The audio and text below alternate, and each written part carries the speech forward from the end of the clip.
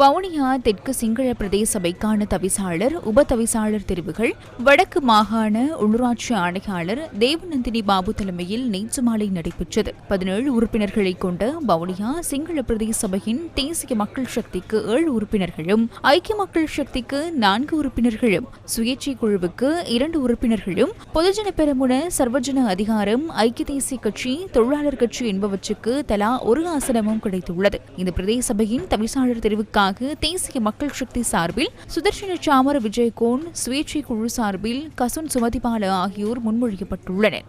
தவிசாளர் தெரிவு ரகசிய வாக்கெடுப்பினூடாக இடம்பெற்றுள்ளதுடன் சுதர்ஷன சாமர விஜயகோன் 12 வாக்குகளை பெற்று தவிசாளராக தெரிவானார். கசுன் சுமதிபாலவினால் 5 வாக்குகளை மாத்திரமே பெற்றுக்கொள்ள முடிந்தது.